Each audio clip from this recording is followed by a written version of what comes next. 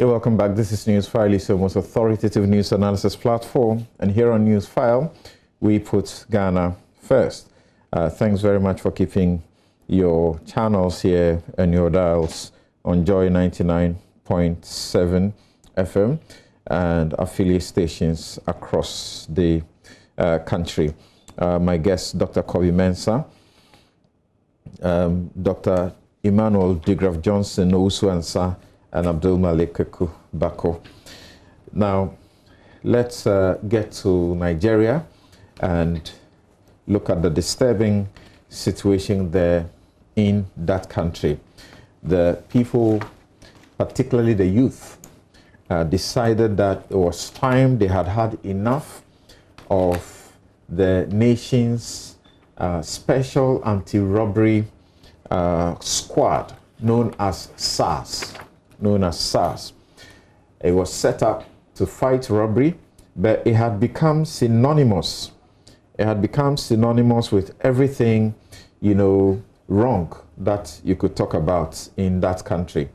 And so they have decided to rise up against it. And the results is what we are seeing. People have been shocked how a police unit established to combat armed robbery became synonymous with unlawful killings, torture, and extortion. But it does appear that they want more, because after days of protest, the SARS was disbanded, and yet they decided to continue to remain on the streets. It's supposed to be a leaderless group, and they are asking for a number of things. What I found interesting was that a good number of them had Ghana as their ideal, and they were comparing circumstances in their country with Ghana, particularly electricity. So let's listen to this, and then we'll return to look at this question. To our neighbors in particular, and members of the international community, many of whom have expressed concern about the ongoing development in Nigeria, we thank you and urge you all to seek to know all the facts available before taking a position or rushing to judgment and making hasty pronouncements. In the circumstances, I would like to appeal to protesters to note and take advantage of the various well-thought-out initiatives of this administration designed to make their lives better and more meaningful, and resist the temptation of being used by some subversive elements to cause chaos with the aim of truncating our nascent democracy. For you to do otherwise will amount to undermining national security and the law and order situation. Under no circumstances will this be tolerated. So Buhari still speaking tough, and it took a long time before he spoke. The people insisted that his voice had to be heard, and he wasn't coming out. It took other leaders, including our own president, ECOWAS, and the AU more particularly, has been very critical of what happened. They slammed what happened in Nigeria and asked the leadership to do the right things. Because, as you know, the state is now admitting, the federal state, as it were, federation is now admitting that as many as 69 people have been killed. Initially, there were disputes about the numbers. Right. Kweku, what do you see? Well, the protests on their own targeted at police reforms and some very endemic, challenges that Nigeria, a very complex, complicated nation state, has faced over the years. It's understandable. I'm not surprised in terms of the protest, the demonstrations. And I believe the Nigerian constitution has room and space for this protest and, demonstrations. But I'm also very worried about the nature of the protests, relative to violence, arson, jailbreaks, and those things.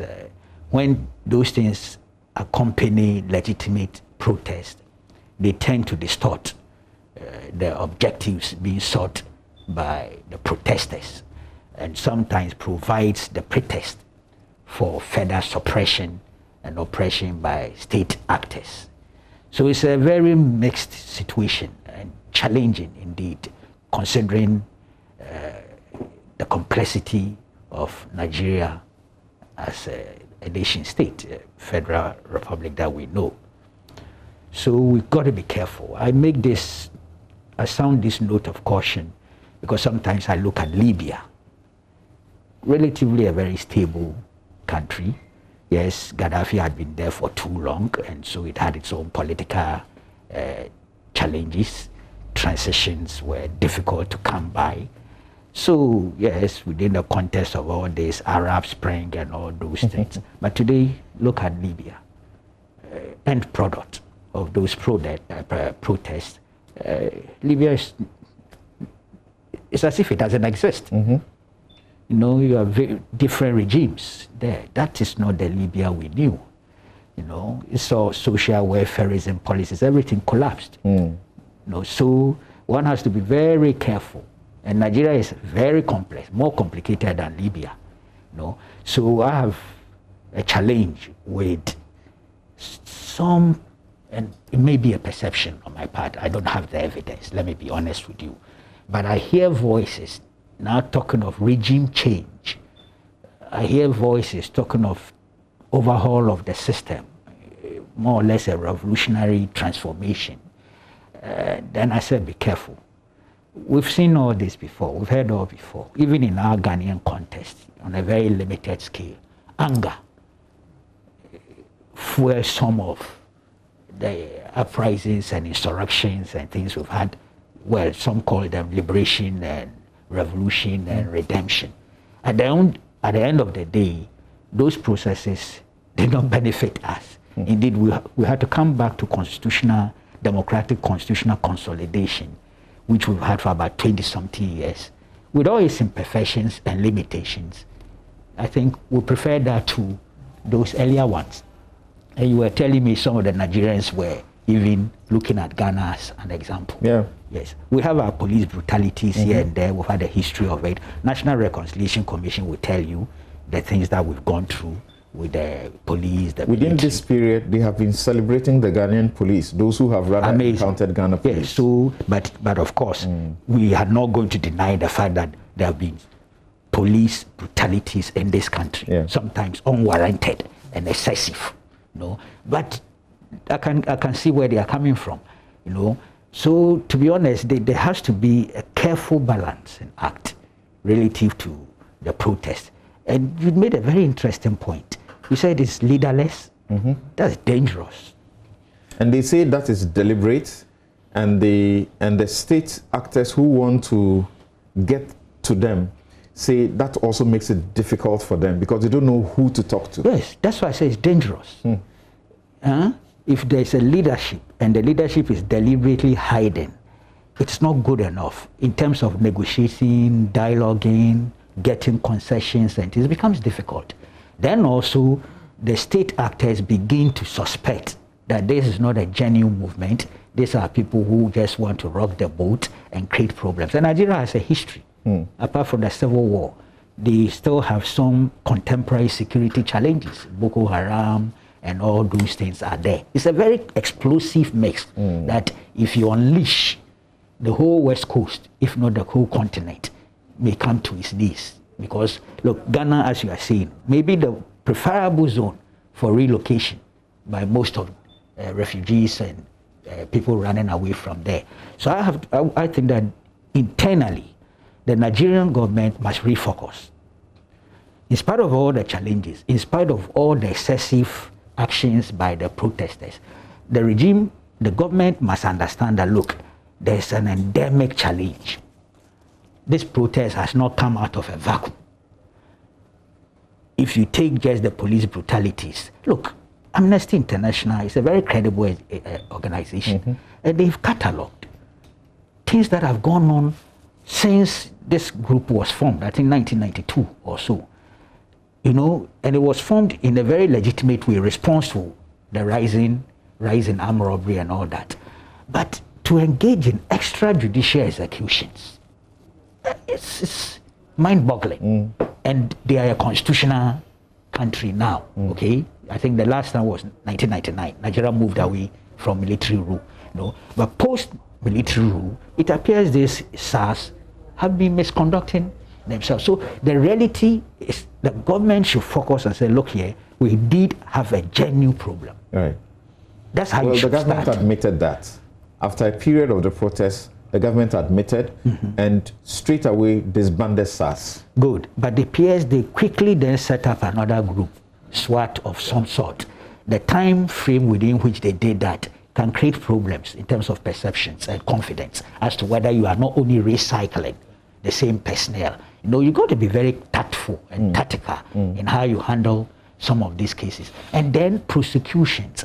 Apparently a lot of Amnesty International reports, sometimes they point to particular soldiers, policemen, or their superiors who could be held responsible for those atrocities and excesses. Right. What has been the sanction regime there?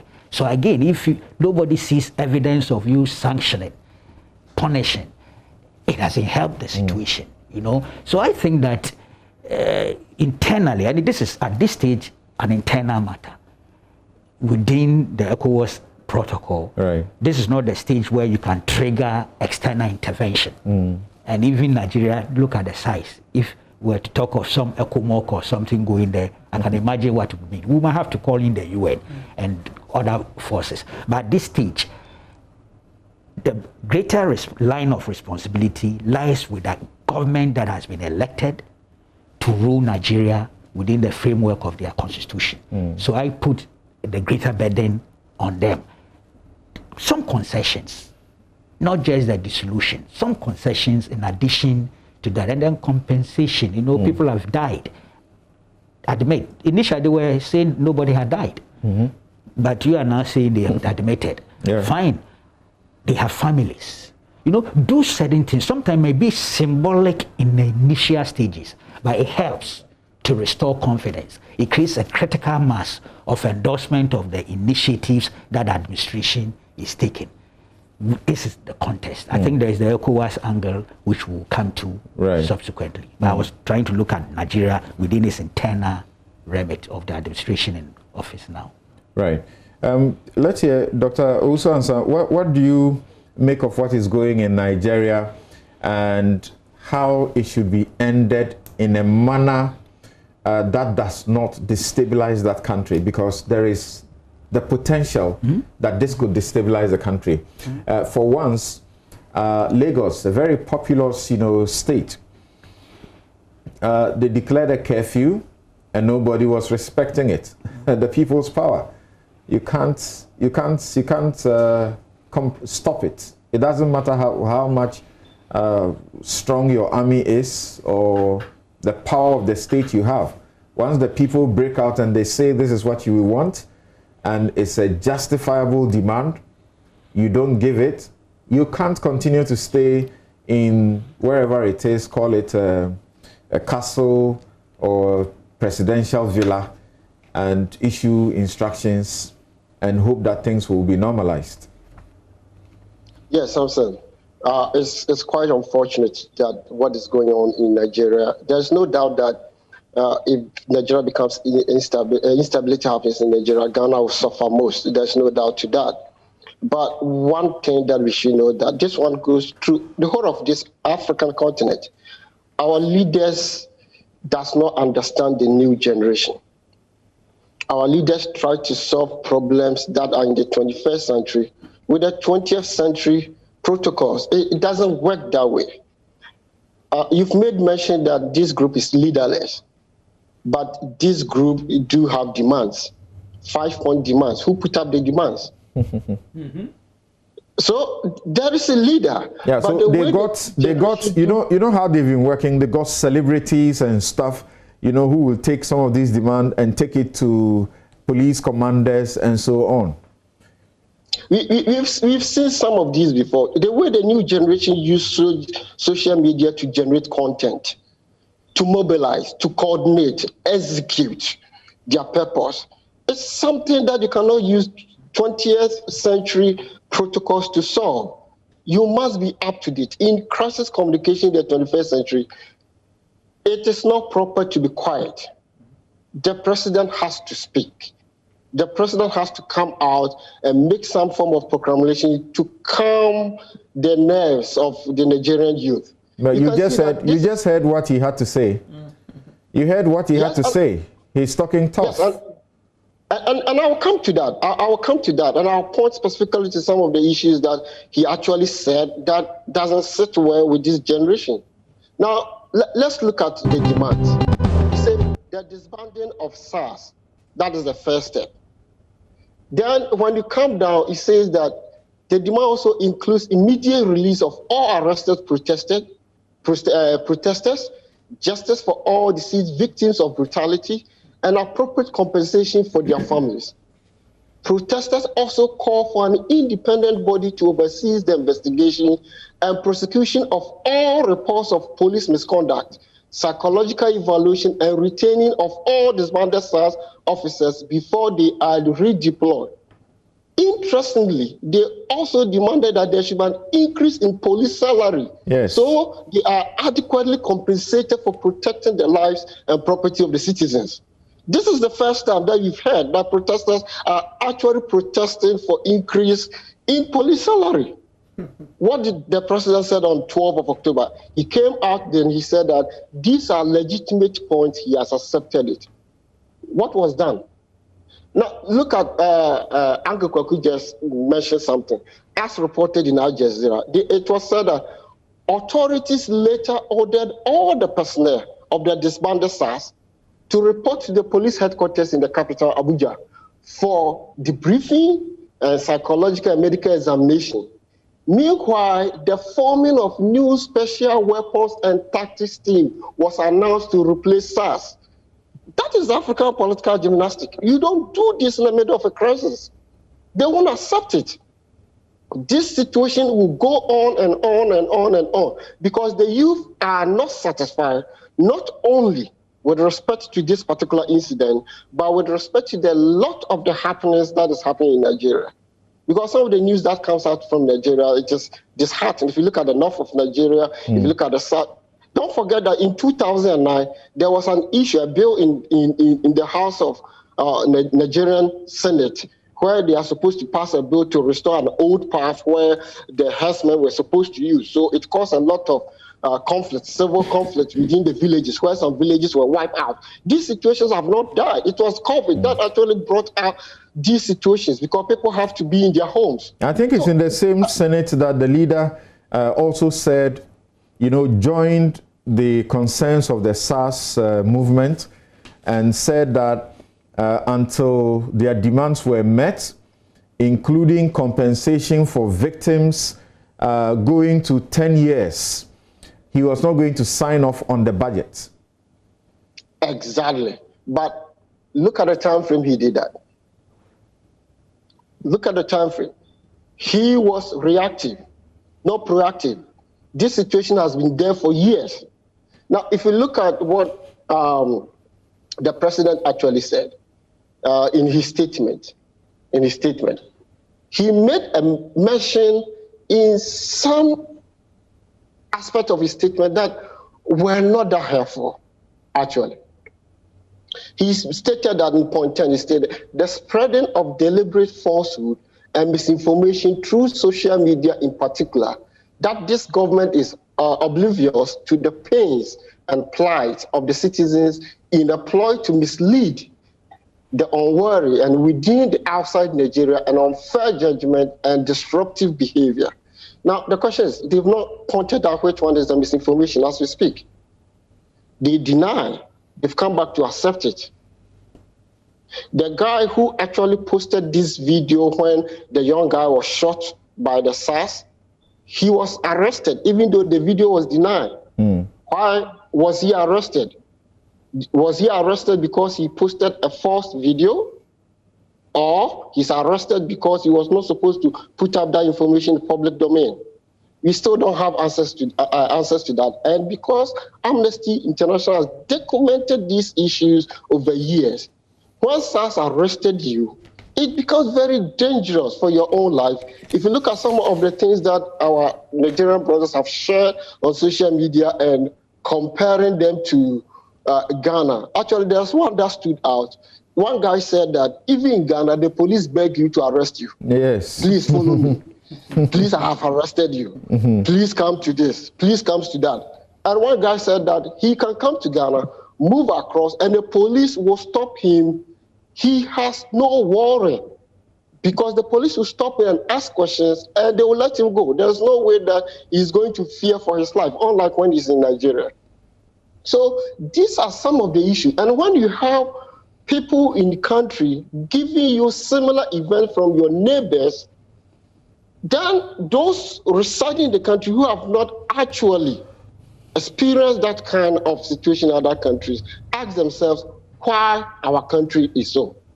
So Nigerian president has to do a lot of things. Now, on point 14, he says, no Nigerian government in the past has methodically and seriously approached poverty alleviation like we have done. A typical African president. A problem currently in the problem, you are comparing it to the past governments. It shouldn't be so. You were voted in to solve problems. You were voted in to lead, to come with solutions. A problem has happened. Give us the solution. Don't compare it with what has happened years ago. The protest does not happen 10 years ago or 15 years ago. You've been in government for 5 years. Give solutions. Don't compare. If you put in this kind of comparison, then you bring in politicization. The other side will come up with some kind of, and then they will be putting the undertone. Because the demands were legitimate, but what do we see now? Now the demands have moved from normal social issues into political issues, where some have been calling for some governors to get out of their positions and so on and so forth. Then on point 15, he said, with regard to welfare of police personnel, the National Salaries, Income and Wages Commission has been directed to expedite action on the finalization of the new salary structure of members of the Nigerian police force. That means this thing is there already, but they've not implemented it. We have to be proactive. You don't need to direct, because this statement means that this particular issue is there. You have to increase the salaries of the police. You've actually made it. Go ahead and implement it. Then later on, he talks about the welfare, the youth development, the jobs, the avenues that his government is creating for the youth to be able to get jobs. The problem, especially this West African sub-region that we are, jobs, youth development, should be the focus of every government. Because the youth that we are coming, they need more avenue, they need to explore. So we have to be given the opportunity. Jobs is supposed to be the core mandate of the government to provide income for the people. Social development should be put so that the people, the youth, can take advantage of this development to enrich themselves and become somebody in future. Right. You were earlier talking about present leaders in Africa, some of them using, centuries-old approach to resolving developing issues. Emile Sean wrote an article and made a reference to what happened here in Ghana in 2016. And he says, for example, that in Ghana, we saw how social media brought people together into the Occupy Ghana movement. That was the Occupy Flagstaff House. Without arms, they succeeded in obtaining redress for a number of issues. we are particularly blessed in Ghana that these pockets of protest have not escalated into bloody scenes. Occupy Ghana has, for example, resorted to brain and legal power, using the legal brains of their own members, and with their own financial contributions, they went to court to obtain a ruling that compelled the Mahama government to take action in the case of the bus branding matter. Of course, Citizen Ghana movement also were in the lead in that respect.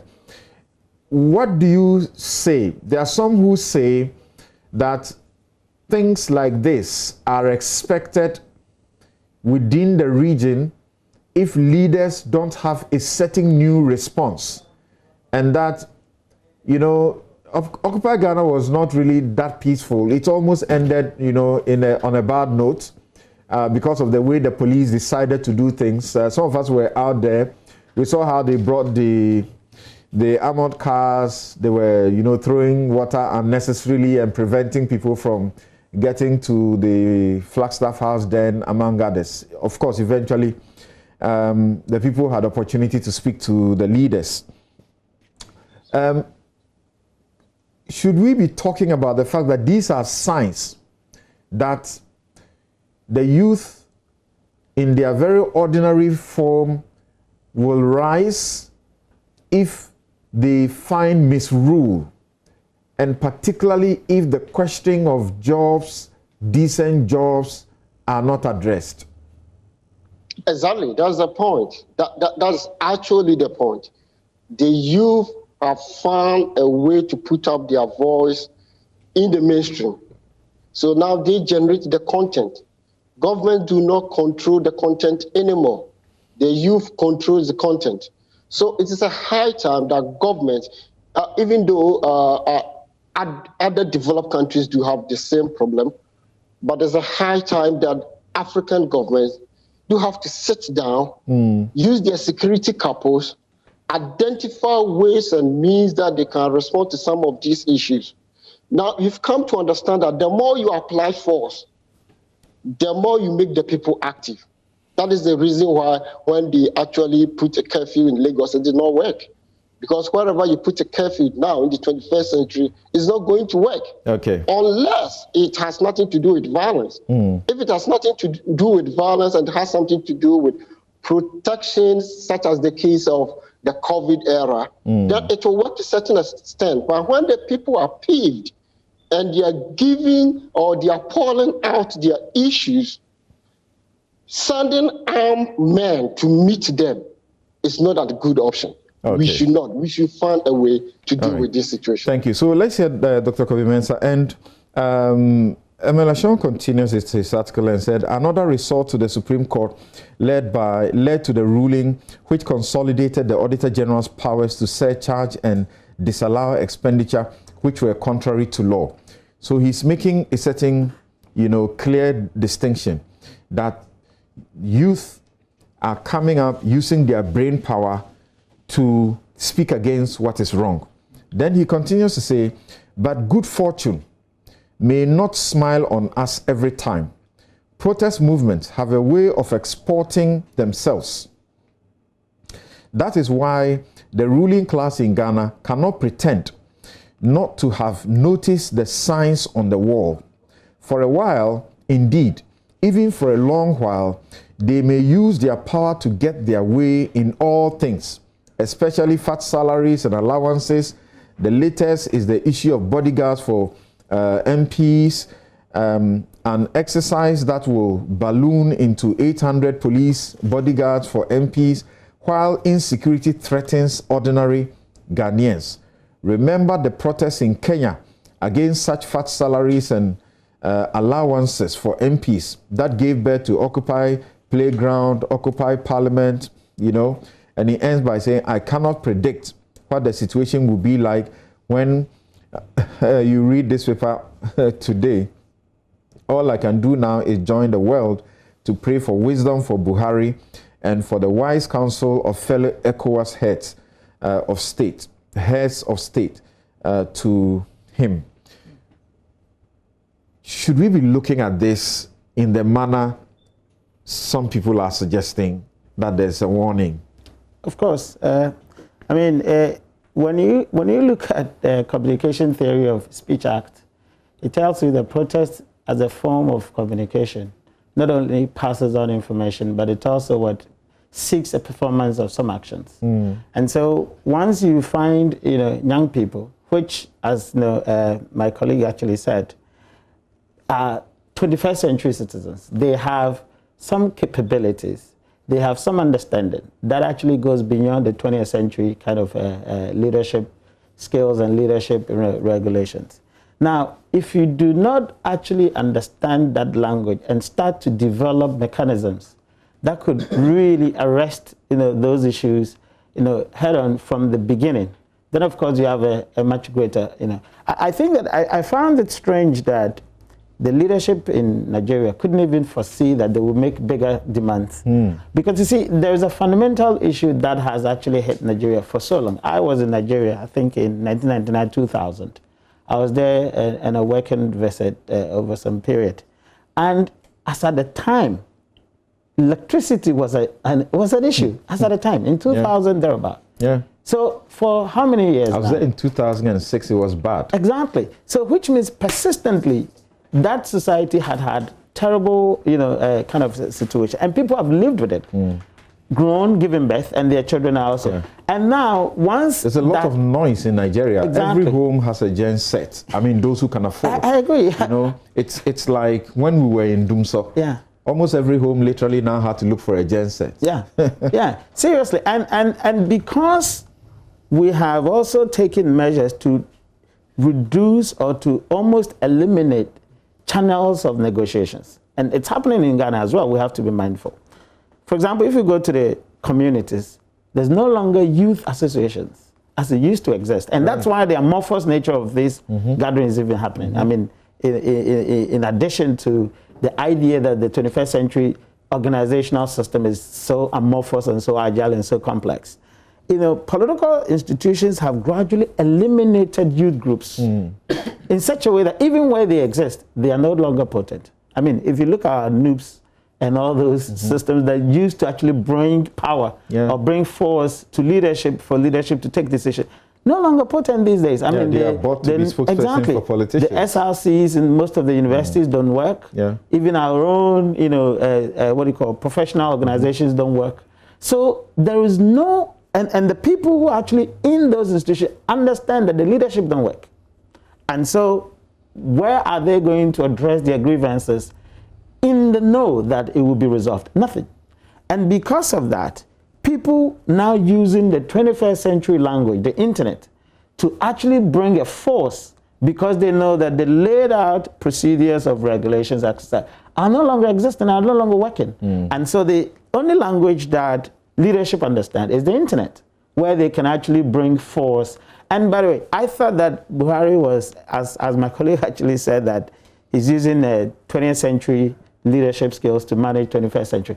Clearly, he calls about internal Nigerian issue. It's no longer internal Nigerian issue. If you look at the new global arrangement, no country can actually say this is my internal issue, because the internet is out there. I mean, we were here when people were celebrating the funeral of George Floyd, whether you can call it celebration or kind of a. Now, whenever an issue happens in a country, it's over there on the internet. And there was pressure on President Akufo-Addo, particularly as the leader of ECOWAS, to speak. He eventually did. He said that I join all, this was his tweet, I join all well-meaning persons in calling for calm and the use of dialogue in resolving the SARS and PARS in Nigeria. I have spoken with President Buhari, who is committed to this end and has begun the process that will lead to reform. Ellen Johnson Sirleaf also tweeted, the right to peaceful protest must be protected. I join the calls for an immediate de-escalation of violence against the NSAS protesters. This was categorical in taking sides with the protesters. It is critical that we listen to and engage with the voices of the youth, not try to silence them. That's right. And you see, once these leaders don't speak, when their citizens are already speaking, what you get is your image been, in ruins because your citizenry, your people are already talking and already showing support to Nigeria. Well, leaders were speaking. Of course. So you cannot actually sit and say, oh, the usual, the usual word arrangement. We say, oh, this is an internal Nigerian matter. Let's wait. And no, these days, immediately the issue happens. It's online. And so if the president or a leadership of a particular place do not actually speak, then it becomes like you are irresponsible, you are insensitive, etc. to your other neighbors. So I think that we have to be mindful that the global order has changed. There's a new arrangement that whatever happens in your country, even the same day, it's actually online. You have to now develop new protocols, to actually respond to that particular order. And the point also is that about the issue of the youth, the youth and how we should address them. I think in as much as we are taking that platitude of people making references to Ghana as an example, we should also start reviewing our processes. And one of the issues is that, as you can see, the SARS had been there, misbehaving for some time, and there's no review. So it means that we have to actually take cognizance of making sure that we can start reviewing our protocols, reviewing our processes, making sure that we can align them to the new world order where the young people, the current citizens that we are governing actually understand, in order that we make sure that we can eliminate these possible dangers. Otherwise, we would be excited. Yes, people are making references to us, etc.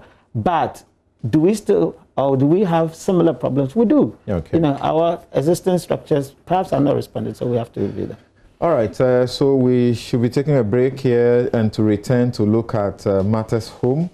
Unless Kuku has something else to say. The AU Commission Chairperson, the Chairman, Musa Faki Muhammad, also said, quote, that he strongly condemns the violence that erupted on 20 October during the protests in Lagos that resulted in what happened. And the chairman said he appealed to all political and social actors to reject the use of violence and respect human rights and the rule of law. He also was urging all the parties to what he called privileged dialogue. And in Ghana, somebody has suggested to me that, look, the way the country is polarized, you can't get your youth come together that way. It will be only if one of the bigger parties is going to do something, or you must need the support of one of the bigger parties. And I said, you don't know. If you look at Occupy Flagstaff House, you will remember that it is possible for people to come together for a common cause. And I remember also when we started the campaign against the no campaign against the election of MMDCs, which was going to be made partisan. You can tell that sometimes if people are united, they can get what they want. Bank of Africa is proud to be associated with Newsfile. Bank of Africa strong as a group and close as a partner. MTN everywhere you go. Ashesi University, educating ethical and entrepreneurial leaders for Africa. Duraplast, where Duraplast goes, water flows. Star Assurance, that is your solid partner. We'll take a break here and return to find out if we will have only 12 candidates on the ballot, or it may increase, or that the 5 will face prosecution, or what else will be done going forward. We'll be right back.